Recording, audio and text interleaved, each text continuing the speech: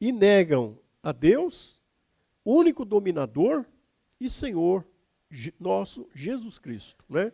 Então o que Judas está dizendo é o seguinte: eu ia falar sobre a nossa salvação, mas o Espírito Santo me levou a escrever sobre a batalhar pela fé, né?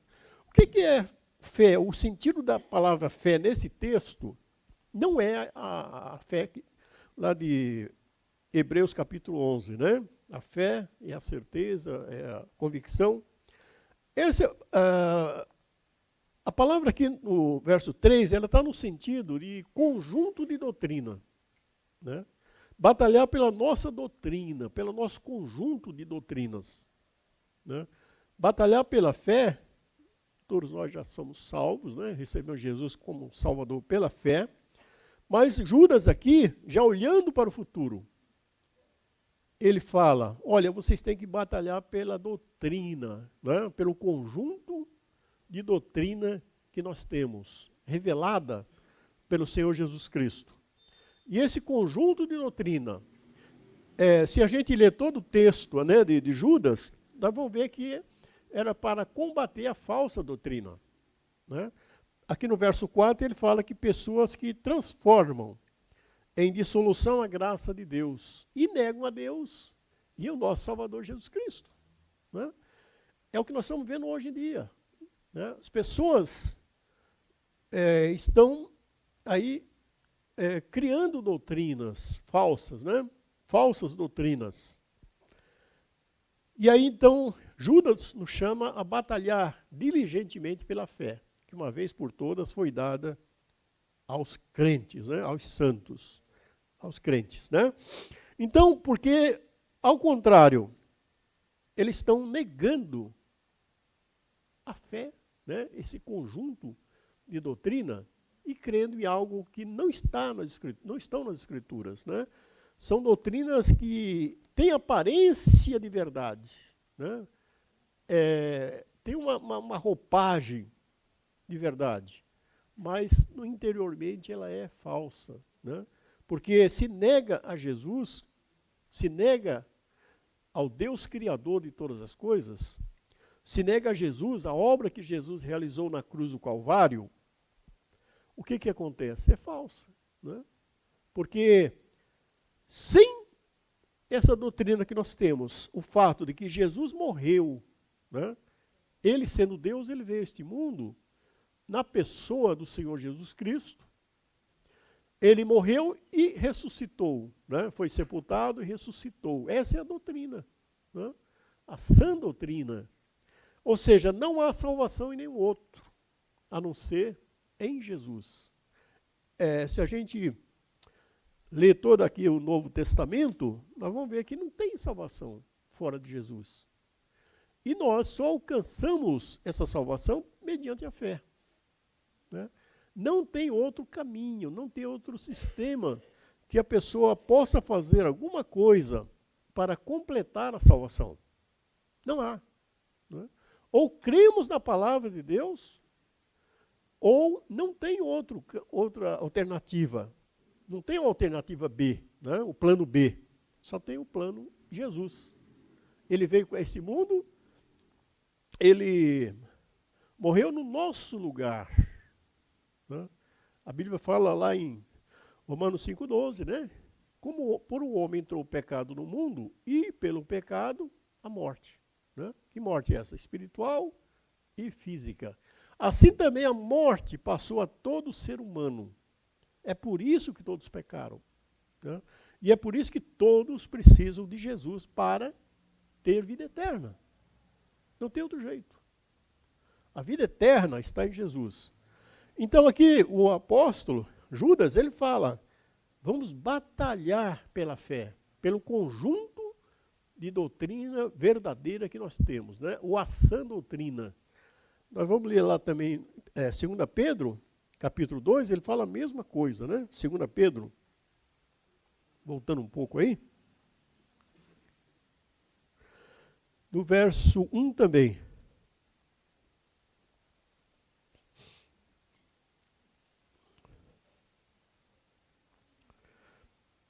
capítulo 2, 2 Pedro. E também, capítulo 2, tá?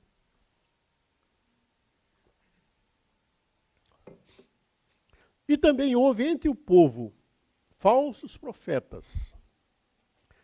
Como entre vós haverá também falsos doutores ou mestres, que introduzirão encobertamente heresias de perdição, e negarão o Senhor, que os resgatou, trazendo sobre si mesmos repentina destruição ou perdição. E muitos seguirão as suas dissoluções, pelos quais será blasfemado o caminho da verdade. E por avareza farão de vós negócio com palavras fingidas, sobre os quais, já desde o tempo, não será tardia a sentença, e a sua perdição não dormita. Né? Então aqui, irmãos, mais uma vez, é como se ele tivesse copiado ali de Timóteo, né? E 2 Timóteo, né? Ele dá as características aqui, né? Falsos profetas, falsos mestres, introduzirão encobertamente, né? Ou seja, bem simulado mesmo, dissimulado mesmo, né? Bem dentro, parece verdade, né? Heresias. O que é heresias? Heresias são doutrinas falsas, né? Aquilo que não está de acordo com a palavra de Deus. São heresias. E essas heresias não levam a nada. Né? Pode até servir aqui para o mundo, né? Onde a pessoa vive alguns anos aí, né? 90, no máximo 95, 97, mas vai chegar um dia que ele vai partir para a eternidade. Não tem quem escape, né? De partir para a eternidade. Então essas doutrinas, elas não servem para a eternidade, para a salvação eterna, né? Porque a única que serve é a sã doutrina. E a sã doutrina, ela tem a ver com o sacrifício, obra redentora de Cristo na cruz do Calvário. Vamos voltar lá também para o texto de 1 Timóteo.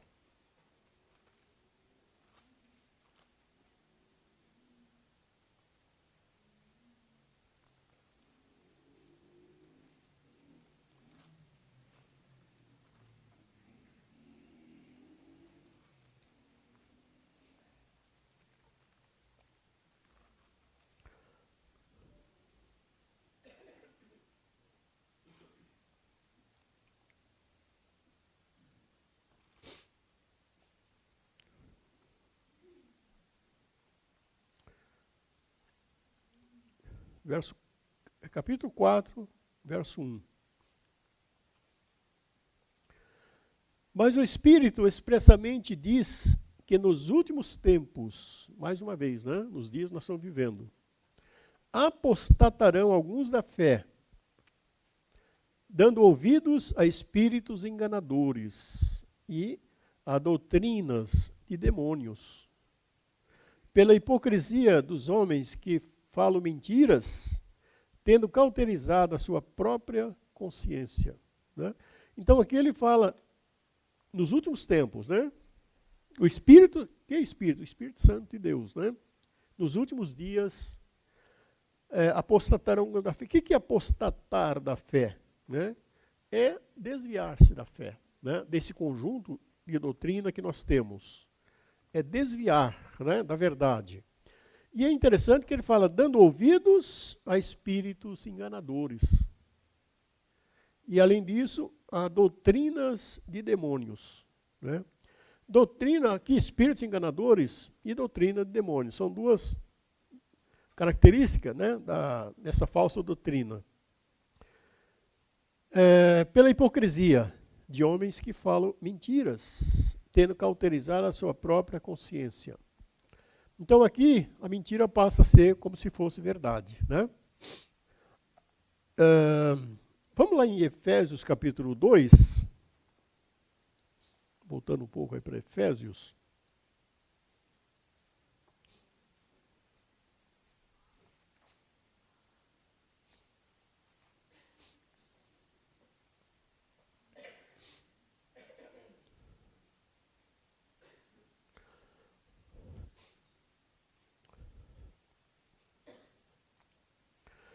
verso 1, né? Ele fala, e vos vivificou, ou vos deu vida, estando vós mortos em ofensas e pecados,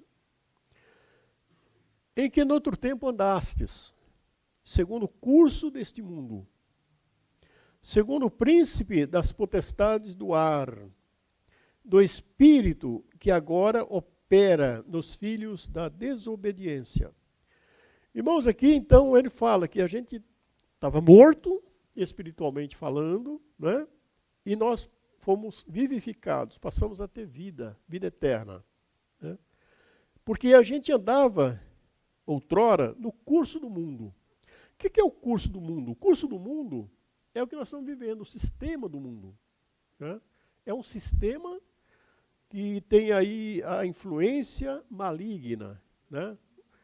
O curso do mundo, o crente ele tem que viver no sentido contrário ao curso do mundo. Né? Porque se ele vai com o curso do mundo, ele ia estar andando do mesmo jeito. Né? Então aqui ele fala que ele está seguindo o curso do mundo e segundo o príncipe da potestade do ar. Quem é esse príncipe da potestade do ar? É o próprio Satanás. Né? É o próprio Satanás. Do espírito que agora opera, né? Ou atua nos filhos da desobediência. Quem são os filhos da desobediência aqui? São os pecadores, são as pessoas que não têm Jesus como Salvador. Chamado filhos da desobediência. Irmãos, aqui, depois ele continua, né? Entre os quais todos nós também andamos outrora, nos desejos da nossa carne, fazendo a vontade da carne nos pensamentos, e éramos por natureza filhos da ira, como os outros também. Né? Ou seja, a gente estava na mesma situação desse sistema dominado por Satanás. Né? Aqui ele fala dos 3 inimigos do crente. Né? É o mundo, né? O sistema do mundo, é a carne e o diabo. São 3 inimigos do crente hoje. Né? E ele continua, verso 4. Mas Deus, que é riquíssimo em misericórdia, pelo seu muito amor com que nos amou, e estando nós ainda mortos em nossas ofensas, nos vivificou, nos deu vida, juntamente com Cristo.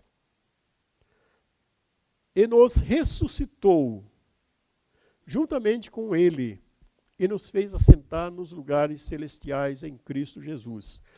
Irmãos, aqui o apóstolo Paulo, inspirado pelo Espírito Santo, ele mostra a realidade do ser humano. Ele mostra a realidade do ser humano. Né? Só que ele fala aqui de um reino, né? E um reino que opera ainda nesse mundo, o reino das trevas. Ele está operando no mundo ainda hoje. Como é que começou esse reino, né? Esse reino que tem tempo de validade, tem prazo de validade. O reino das trevas, o reino do mundo, a gente não precisa muito meditar sobre ele, né? Porque a gente vê no dia a dia a atuação desse império das trevas, né? Desse reino. E ele também é um reino espiritual. Né? Por isso que Paulo fala aqui depois que a nossa luta não é contra a carne e sangue, não é contra a pessoa, mas sim contra os principados, as potestades, os dominadores deste mundo tenebroso, né? Contra espíritos que operam aí na humanidade perdida. Né? Dos filhos chamados filhos da desobediência. Irmãos, hoje tem 2 reinos, né? Aqui na terra, e os 2 são reinos espirituais. Né? O reino das trevas, que ele tem uma operação temporária, é até a vinda de Jesus, né? Até o arrebatamento, ele está operando no mundo. E até mais 7 anos depois, ele vai continuar operando com muita mais força. Né? Esse reino, ele já sabe que ele está julgado. Né? Jesus falou que o reino deste mundo já está julgado, já está condenado. Né? Não tem mais como. Então ele age de uma maneira ilegal no mundo, ele tem um domínio sobre o reino das trevas, sobre a humanidade perdida, né? E aí a gente vê guerras, né? Como está acontecendo ultimamente aí, né? Qual o objetivo da guerra? né, se a gente analisar bem, porque guerra é destruição, é matança, né? Mata homens, mulheres, crianças, né, que não tem nada a ver com isso. A troco de quê? De petróleo, de bens materiais, de alguma coisa que pode ser aproveitada no outro mundo, né, nesse mundo. Então, irmãos, a gente vê que esse mundo, quem provoca essas guerras? O próprio Satanás, né? Ele está por trás de tudo isso. Ele está usando pessoas, porque é um reino espiritual. Ele está usando pessoas para fazer isso, né? E a gente vê todo dia na TV, né, as guerras lá que já duram 4 anos, né, entre a Rússia e a Croácia, né, enfim. E agora entre o Império ali, o Oriente Médio, né, aqueles países que atuam no Oriente Médio. Então isso tudo, irmãos, é essa operação desse erro, né, do príncipe da potestade do ar que opera por trás dos seres humanos, né? O outro reino, o reino de Deus é eterno, né? Não teve princípio nem fim. O reino de Deus é de eternidade a eternidade, né? O Salmo 90, né, fala. O reino de Deus é eterno, né? Não teve princípio, não teve fim, né? Mas o reino dos céus, ele foi inaugurado quando Jesus veio, né? O reino dos céus é o reino de Deus aqui na terra. Isso é muito importante a gente saber, irmãos. O reino de Deus, né, ele se manifesta na pessoa de Jesus aqui na terra, né? O reino de Deus. Onde é que nós encontramos isso? Lá em Marcos. Se a gente ler Marcos, capítulo... Vamos ler, depois a gente volta aqui, né? Marcos, capítulo 1. Quando foi inaugurado esse reino?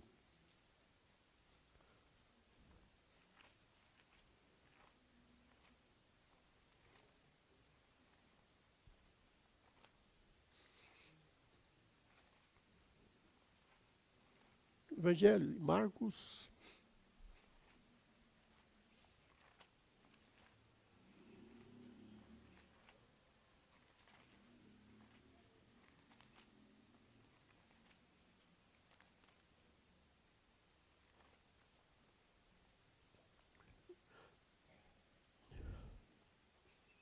Vamos ler do verso 1 até o verso 5? Acharam? Marcos, capítulo 1.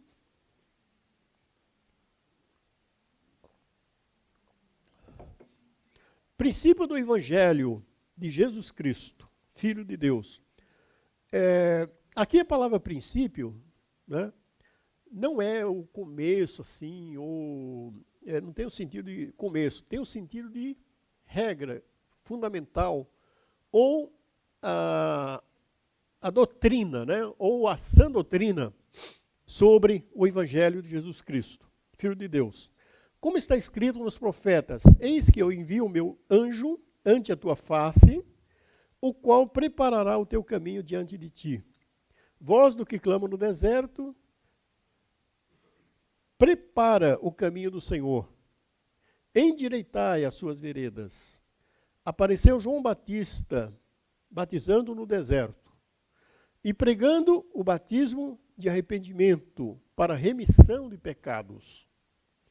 E toda a província da Judéia e os de Jerusalém iam ter com ele, e todos eram batizados por ele no Rio Jordão, confessando seus pecados, né? Irmãos, aqui vamos entender, né? Ficou um tempo após o último profeta, né, Malaquias, até a vinda de Jesus, um espaço, um intervalo de 400 anos, né, sem a manifestação nenhuma de Deus, né? O povo judeu tinha lá o Torá, o Velho Testamento, que ia até o livro de Marcos, até o livro de Malaquias. Nesse período, né, de 400 anos, você imagina, né, que surgiram várias doutrinas falsas, né, muitos ensinamentos falsos. E o povo judeu eles tinham essa informação de que quando Jesus viesse, quando Jesus estivesse próximo a chegar, né, para inaugurar um novo reino, um reino aqui na terra, João Batista, que era um profeta lá previsto no Velho Testamento, né, Isaías fala de João Batista. João é aquele pessoa que vinha preparar o coração das pessoas, né, para a vinda do Messias. Imagina 400 anos sem informação nenhuma, mas então Deus enviou João Batista com esse propósito, né? Olha, você vai, né, anuncia o evangelho, o batismo, o arrependimento, né, para a remissão de pecados. Você vai anunciar. O profeta Isaías vai falar, olha, essa pessoa, ele vem com essas qualificações. João Batista também não conhecia Jesus, né? Mas, pelas escrituras, né, nós entendemos que João Batista era parente de Jesus. Só que ele tinha nascido 6 meses antes, né? Ele falou, eu não conhecia Jesus, não conhecia, eu conhecia o Jesus de Nazaré, conhecia Jesus como parente, né, como um primo. Maria, Nazaré, lá eram parentes, né? E não tinha nenhum sinal, né, de que ele era o Messias. Mas só que João Batista tinha uma informação importante. Ele falou, olha, aquele que você começa a batizar no Rio Jordão, né, chamar o povo para o arrependimento. Olha, o Messias está chegando. O Messias prometido no Velho Testamento está chegando. Então vocês se arrependam e confesse seus pecados, né? Porque não tinha batismo, né? Antes, os irmãos batizaram hoje, no Velho Testamento não tinha batismo, né? Ninguém conhecia o batismo dessa forma. Mas João o Batista, aquele que batiza, ele tinha essa informação. Olha, aquele que quando você estiver batizando, e você vê uma pomba descer sobre ele, o Espírito de Deus descer em forma de pomba, é esse o Messias. Esse é o Cordeiro de Deus que tira o pecado do mundo, né? Então João Batista começou a pregar o evangelho do arrependimento. E aí então, depois Jesus apareceu, ele foi batizado, né, por João Batista, só que João conheceu. Esse aí é o Cordeiro de Deus, né, que tira o pecado do mundo. E Jesus não queria ser batizado. Não, João não queria batizar Jesus. Porque ele falava, eu que tenho que ser batizado por ti, não eu batizar você, né? Porque você é o Messias. É o Cordeiro de Deus que tira o pecado do mundo. Que tem o poder para tirar o pecado do mundo. E ali então Jesus falou, vamos cumprir toda a lei, né? Ele se batizou ali e João viu, né, o Espírito de Deus descer em forma de pomba e aquela voz que veio do céu, esse é o meu filho amado em quem eu comprazo, né? E aí então João falou, bom, agora eu terminei minha missão, né? Ele chegou, agora eu tenho que sair de cena. E aí então Jesus começou, né? Aqui no verso 14, João foi preso, né, por uma série de problemas, pelo sistema religioso da época, né? E depois que João foi entregue à prisão, veio Jesus para a Galileia, fazendo o quê? Pregando o evangelho do reino de Deus, né? Um evangelho diferente de João Batista. Agora, ele estava pregando o evangelho do reino de Deus e dizendo, o tempo está cumprido e o reino de Deus está próximo. Veja bem, o reino de Deus está próximo. Que reino era esse, né? É o reino de Deus estabelecido aqui na terra. O reino de Deus estabelecido aqui na terra, né? O reino de Deus está próximo. Arrependei-vos e crede no evangelho, né? O evangelho da salvação. O evangelho que mostra o conteúdo do evangelho. Jesus morreu no nosso lugar, foi sepultado e ressuscitou ao 3º dia. Esse é o evangelho verdadeiro, né? E ele fala, então, o reino de Deus está próximo. E o reino de Deus estando próximo significava o quê? Que ele ia morrer na cruz do Calvário. Era ainda futuro, alguns anos à frente. 3, 4 anos depois, né? Esse reino ia ser inaugurado. Então, o reino de Deus está próximo. O reino de Deus estabelecido aqui na terra. Antes só prevalecia o reino de Deus, o reino de Satanás aqui na terra, né? O império das trevas. A Bíblia fala que nós fomos transportados do reino das trevas para o reino da luz. Né? Do reino das trevas para o reino de Deus. Essa é a maneira que havia. Então agora, quando Jesus começou a pregar aqui nos evangelhos, ainda não tinha estabelecido o reino de Deus aqui na terra. Embora já começasse a operar naquele momento. Mas o plano de Deus, isso aqui é muito interessante, irmão. O plano de Deus era inaugurar esse reino por meio da igreja. Por meio da igreja. Né? Veja lá Mateus capítulo... Mateus...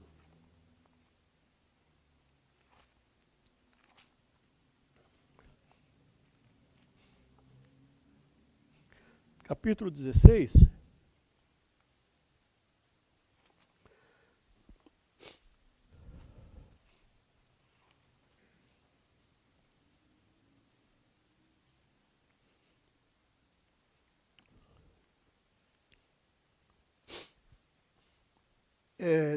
Verso 13, a partir do verso 13, né, fala sobre a confissão de Pedro. E chegando Jesus às partes da Cesareia de Filipe, interrogou os seus discípulos, dizendo: que dizem os homens ser o filho do homem? E eles disseram, uns João Batista, né, outros Elias, e outros Jeremias, ou um dos profetas. E disse ele: e vós, quem dizeis que eu sou? Né? Então Jesus perguntou: o que o povo anda falando de mim aí, né? Olha, diz que o Senhor é um dos profetas do Velho Testamento, né? Elias, outros e tal. Aí ele perguntou: e vocês, o que vocês acham de mim? Veja a declaração de Pedro, verso 16. E Simão Pedro respondendo disse: tu és o Cristo, o Filho do Deus vivo. Essa é a declaração de Pedro, né? E Jesus, respondendo, disse-lhe: bem-aventurado és tu, Simão Bajonas, porque tu não revelou a carne e o sangue, mas o meu Pai que está nos céus. Né? Então, essa declaração de Pedro, do verso 16, tu és o Cristo, o Filho de Deus vivo, é o que vai servir de base para a igreja. Porque ele fala lá no verso 17 ainda, né? Fala, olha, essa declaração que você falou, não veio de ti. Ela veio do Espírito Santo de Deus, né? E também eu te digo que tu és Pedro, e sobre esta pedra edificarei a minha igreja, e as portas do inferno não prevalecerão contra ela. Irmãos, aqui ele está falando da igreja. Né? Essa declaração de Pedro, né? Pedra, rocha, fundamento, né? Ele está se referindo àquela declaração de Pedro. Né? Tu és o Cristo, o Filho de Deus vivo. E a igreja será edificada baseada nessa declaração de Pedro. Né? E é interessante que Jesus falou que as portas do inferno não prevaleceriam contra ela. As portas do inferno, ou o reino das trevas, não prevaleceriam contra ela. E quando seria a inauguração da igreja? A inauguração da igreja, irmãos, começou após a morte e a ressurreição de Jesus. Né? Quando Jesus pediu para os discípulos ficarem aguardando a vinda do Espírito Santo de Deus, no capítulo 2 de Atos. Né? Então nós podemos dizer que a igreja começou no capítulo 2 de Atos. Né? E o que é a igreja, irmão? Se a gente olha, a igreja tem tanta coisa, né? Ela representa o reino de Deus aqui na terra. Né? A igreja, ela começou com a obra de Jesus. E ela é o reino de Deus aqui na terra. O que significa o reino de Deus aqui na terra? É um reino que vai fazer luta contra o reino das trevas. Né? Satanás, se ele pudesse, ele destruiria a igreja. Porque ele sabe que contra a igreja ele não tem poder. Né? E por que isso? Porque Jesus é o cabeça dessa igreja. Jesus sendo o cabeça, a Bíblia fala que nós somos o corpo de Cristo aqui na terra. Né? Então a igreja, é o que tem esse reino de Deus aqui na terra. É o que está fazendo frente contra o reino das trevas. Vamos lá no livro de Efésios, continuando ali. Ele explica, né, esse reino.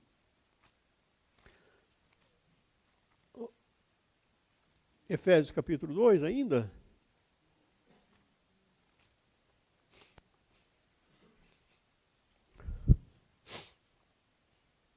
Falando aqui dos três, né, dos três inimigos do crente, por isso que ele fala no verso 2, em que, no outro tempo, andaste segundo o curso deste mundo, segundo o príncipe da potestade do ar, do espírito que agora opera nos filhos da desobediência, né, entre os quais também todos nós andamos outrora, nos desejos da nossa carne, fazendo a vontade da carne, dos pensamentos, e por natureza eram filhos da ira. Filho da ira é pessoas que não se converteram ainda, né?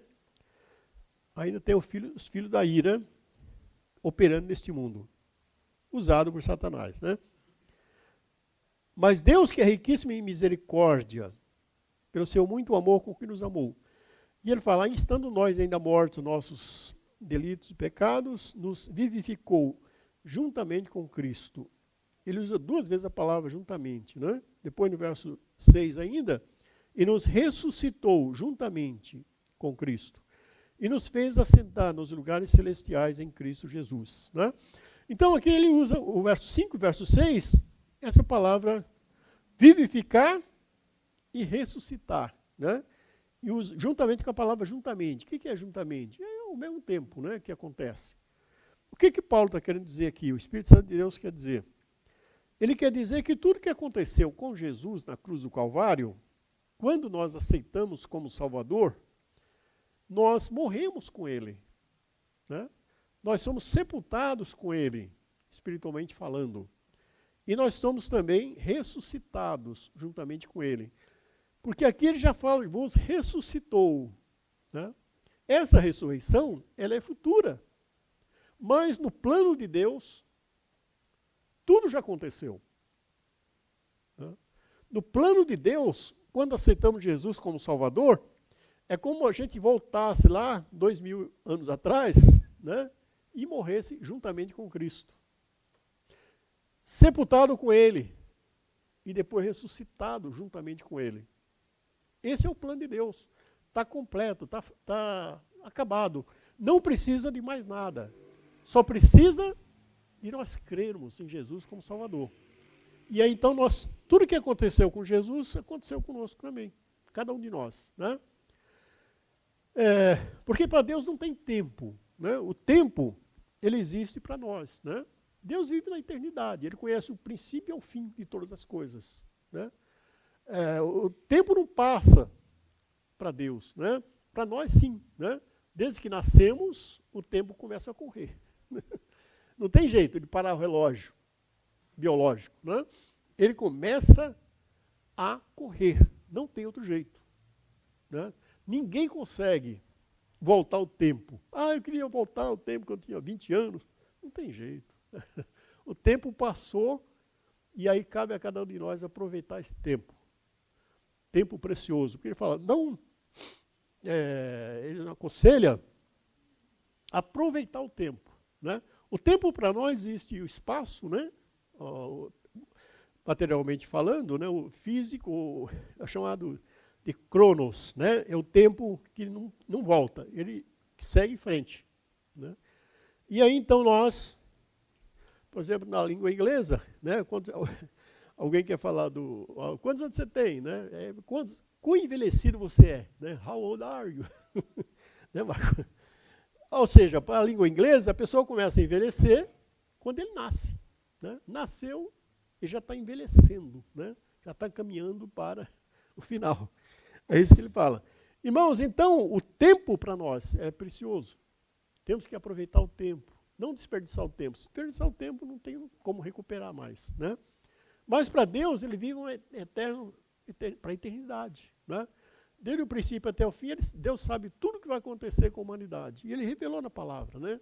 Apocalipse, nós temos aí muita revelação. Os profetas falaram, né, no Velho Testamento sobre o tempo do fim. Né? Deus conhece todas as coisas. Né? Ele conhece até os nossos pensamentos, mesmo antes de falar qualquer coisa, ele já conhece, né? O Salmo 139. E não tem onde se esconder da presença de Deus, né? Ele está sempre conosco. E aqui, então, esse reino, ele está na igreja. Veja o capítulo 1 de Efésios ainda, o versículo... verso 1, verso 20, que manifestou em Cristo a operação, né, da força do poder de Deus, que operou em Cristo, ressuscitando-o dentre os mortos, e pondo-o à sua direita nos céus, acima de todo principado e potestade, e domínio de todo nome que se nomeia, não só no presente século, mas também no vindouro. Né? O século aqui não é o período de tempo, né, de 100 anos, é o período que estão vivendo agora. Né? É o mundo agora. E o vindouro, eternidade. Verso 22. E sujeitou todas as coisas aos seus pés, e sobre todas as coisas o constituiu como cabeça da igreja. Cabeça da igreja, que é o seu corpo. A plenitude daquele que cumpre tudo em todos. Né? Então, aqui, o que está sendo dito? Que Jesus, ele foi, após a ressurreição, ele foi colocado numa posição superior ao reino das trevas. Ele foi colocado numa posição superior, e muito, ao reino das trevas. Só que ele age hoje por meio da igreja. A igreja é o corpo de Cristo aqui na terra. A igreja é o corpo de Cristo aqui na terra. Ele é o cabeça da igreja. Ele que domina o corpo da igreja. Né? E ele está sentado acima de tudo, né? De todo o reino das trevas. A obra completa, né? Está sentado acima de tudo isso. Agora, interessante, irmãos, que ele fala aqui no verso 5 e 6, né? Que nós, como crentes, igreja, também estamos na mesma posição que Jesus, por sermos o corpo aqui na terra. Né? Ou seja, nós estamos acima dos principados, potestades e dominadores deste mundo, porque nós estamos na igreja, e a igreja é o corpo de Cristo aqui na terra. A igreja, Jesus é o cabeça da igreja, e ele é, portanto, o que está operando hoje no mundo através da igreja. Então, quando a pessoa sai do reino das trevas, aceita Jesus como Salvador, ele passa a fazer parte do reino de Deus aqui na terra, que é a igreja. Né? Quem conquistou isso para nós? O Senhor Jesus. Né? Ele que conquistou para nós esse reino aqui na terra. Então, irmãos, como nós vimos lá no capítulo, voltando lá para Timóteo, 2 Timóteo,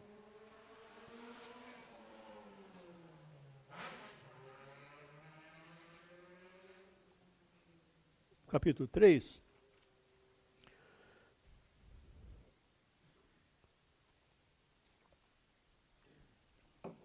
ele diz, né, que sabe que nos últimos tempos sobreviverão tempos difíceis, né? E aqui ele dá, verso 2 e 3 e 4, né, adjetivos que a gente conhece muito bem, né? Está acontecendo aqui na Terra. Irmãos, o mundanismo hoje tem o poder, né, de atrair muita gente, né? E aqui, por isso que ele fala, tempos trabalhosos, porque é difícil hoje, né? O que são homens amantes de si mesmos, né? Estão nem preocupados com o próximo. Pessoas egoístas, né? Avarentos, presunçosos, soberbos, blasfemos, desobedientes aos pais e mães, ingratos, profanos, sem afeição natural, né, que se espera do ser humano em relação ao outro. E aí, basta a gente ligar a TV hoje, né, programas que mostram isso. Ou seja, a atuação do reino das trevas. Quando a pessoa mata um outro por causa de um celular, né, por causa, até sem motivo, tira a vida da pessoa. O que é isso, irmãos? É o reino das trevas operando. Né?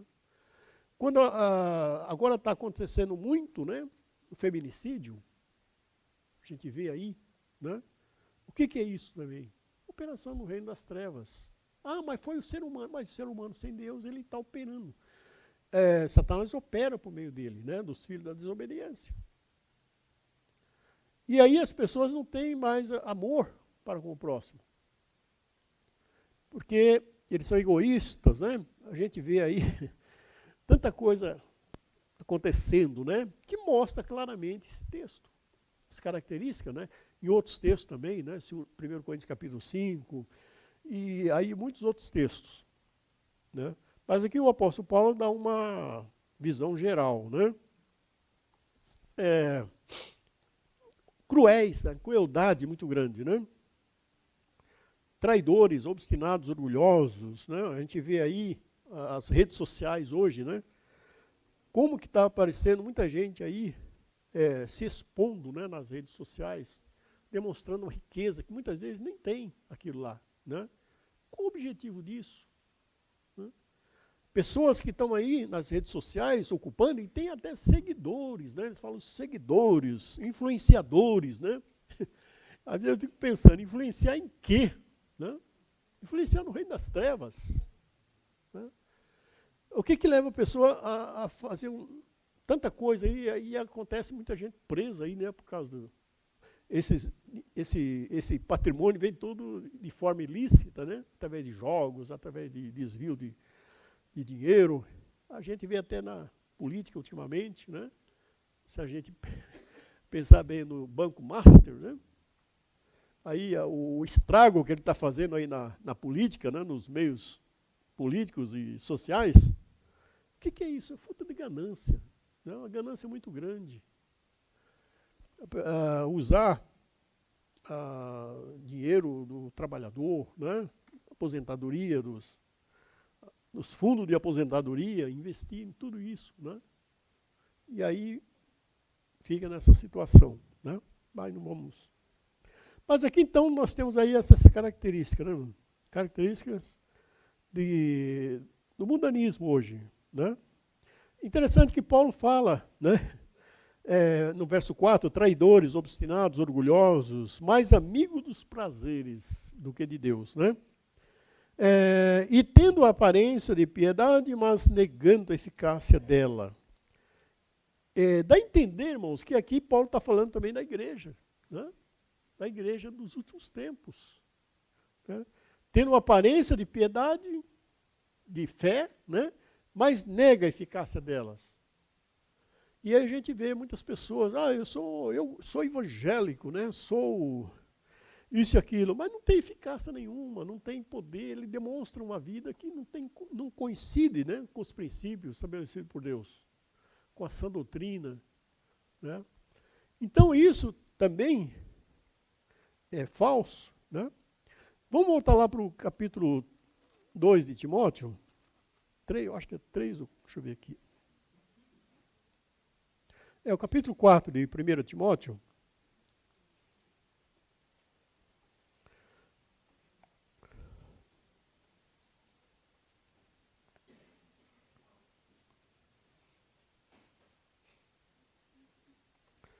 Paulo aconselha aqui no verso 7, né?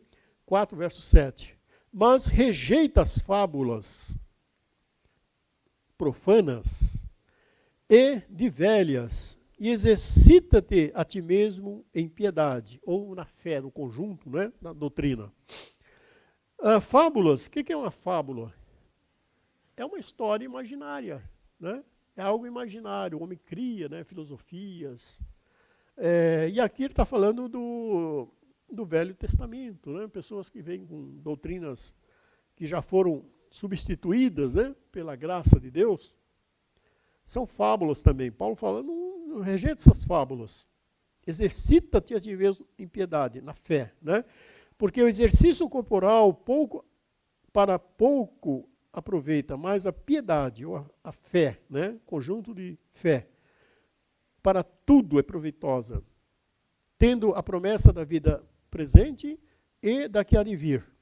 Esta palavra é fiel e digna de toda aceitação, porque para isto trabalhamos e somos injuriados, mas esperamos no Deus vivo, que é Salvador de todos os homens, principalmente dos fiéis.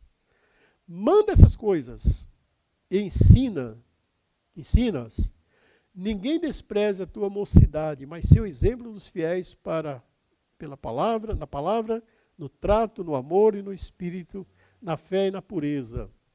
Persiste em ler, exortar e ensinar, até que eu vá. Né? Então aqui, irmãos, Timóteo era um pastor, né? E Paulo deu instruções para ele continuar a obra. Aqui ele fala no verso 13, persiste em ler, exortar e ensinar, até que eu vá. Né? E depois ele fala no verso 15, medita essas coisas, ocupa-te delas, para que o teu aproveitamento seja manifesto a todos os homens. Olha o verso 16, tende cuidado de ti mesmo e da doutrina. Né?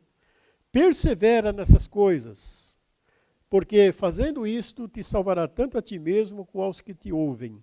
Né?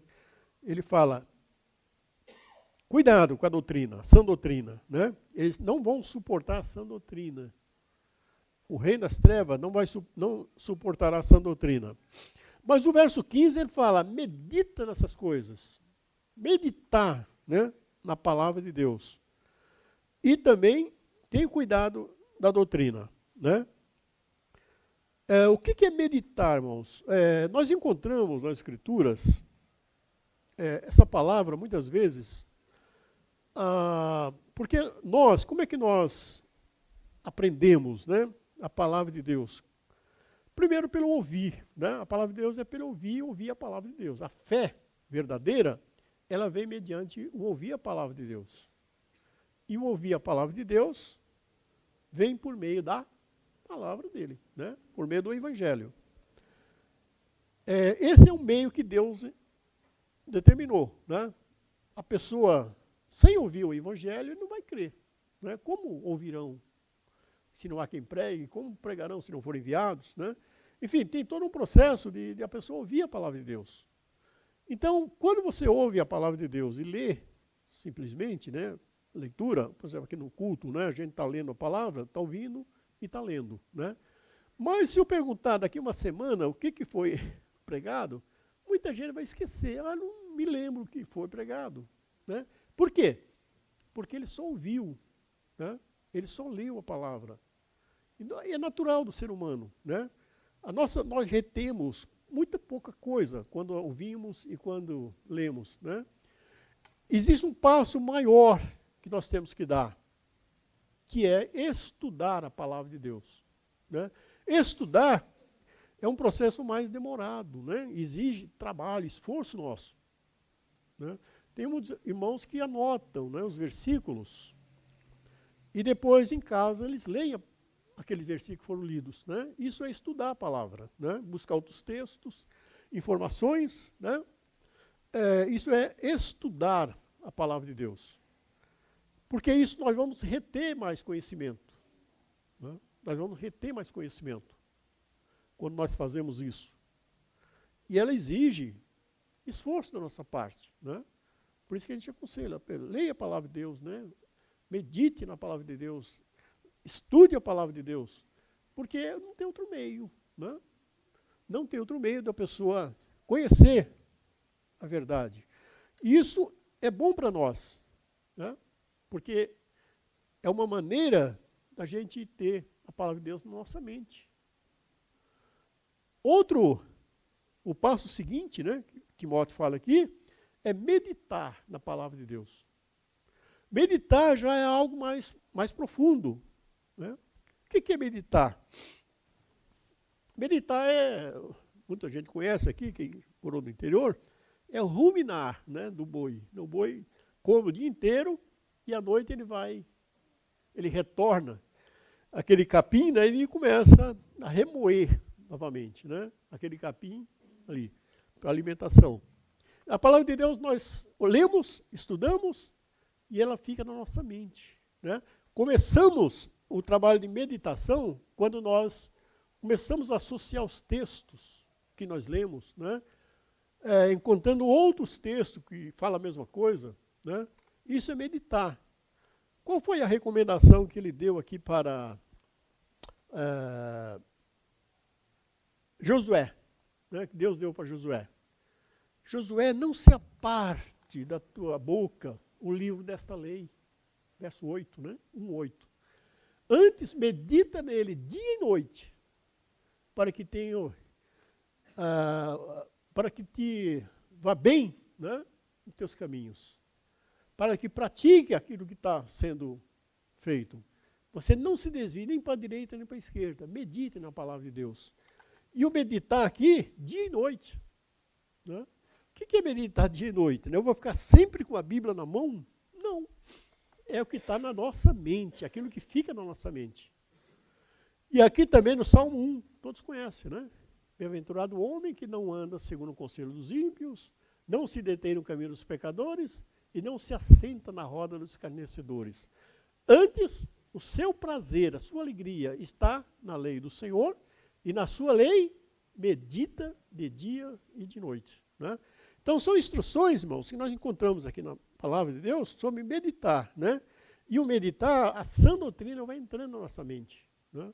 E nós vamos ser edificados com a palavra de Deus, mediante a meditação. Exige esforço nosso. Eu tenho praticado, além da meditação, né, decorar versículos. Aqueles versículos chaves, né, importantes. Toda a palavra de Deus é importante, mas são versículos que nós temos que ter na nossa boca, nossa mente, quando falamos com alguém, né, como evangelizamos alguém, a nossa mente, ela tem essa capacidade de memorizar, né, versículos. Isso é muito importante, né, para a nossa vida diária. Né.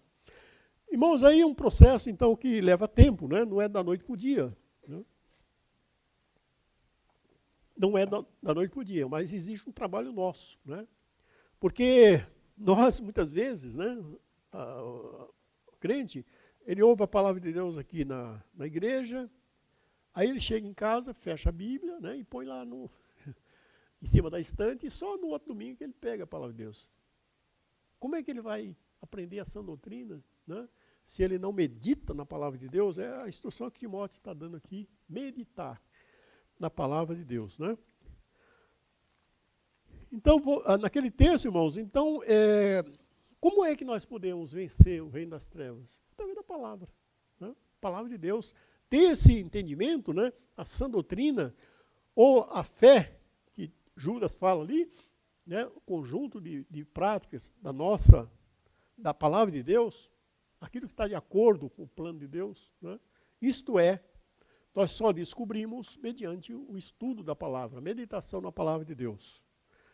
E aí então nós queremos terminar aqui, né, 7:30, espero que os irmãos tenham entendido, né? Vamos ter uma palavra de oração? Senhor nosso Deus e nosso Pai, em nome do Senhor Jesus, Pai. Muito obrigado, Senhor, pela Tua palavra, que ela nos orienta, nos esclarece e nos faz, ó Pai, praticá-la.